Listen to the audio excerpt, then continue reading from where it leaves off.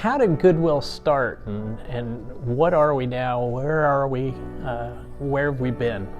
Sometimes it's easiest to look back to where we begin to understand today.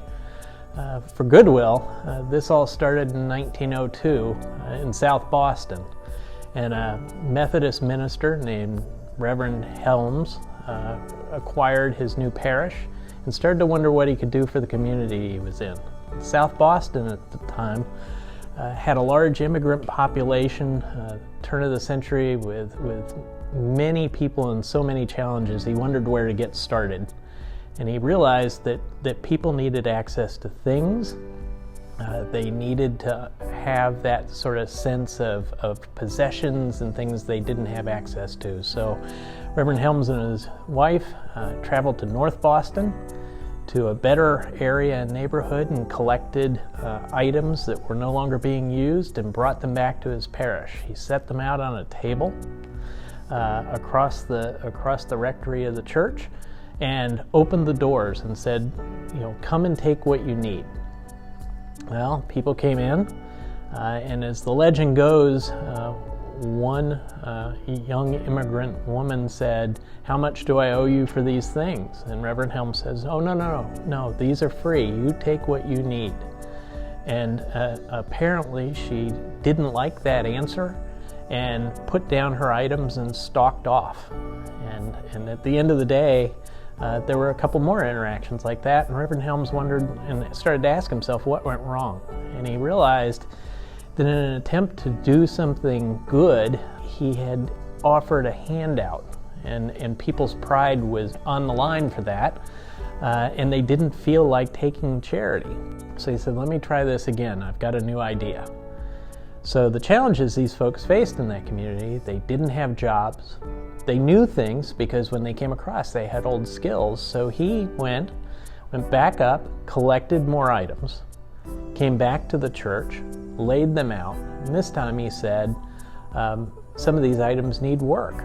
And so he contacts some of the people here and says, "Hey, Joe, for example, you used to be a cobbler. Fix these shoes. Tim, you used to be a carpenter. Can you fix this furniture that we received?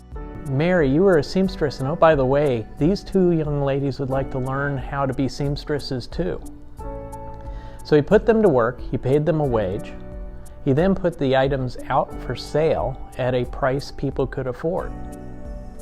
So he had collected donations, taught people in a trade and paid people for their work, and then created a market for affordable items. 1923, Richmond Goodwill set up under that same model and started a long history of this same type of endeavor, of a social enterprise based on those simple concepts of work, training, and using the social enterprise to fund those wages for those workers.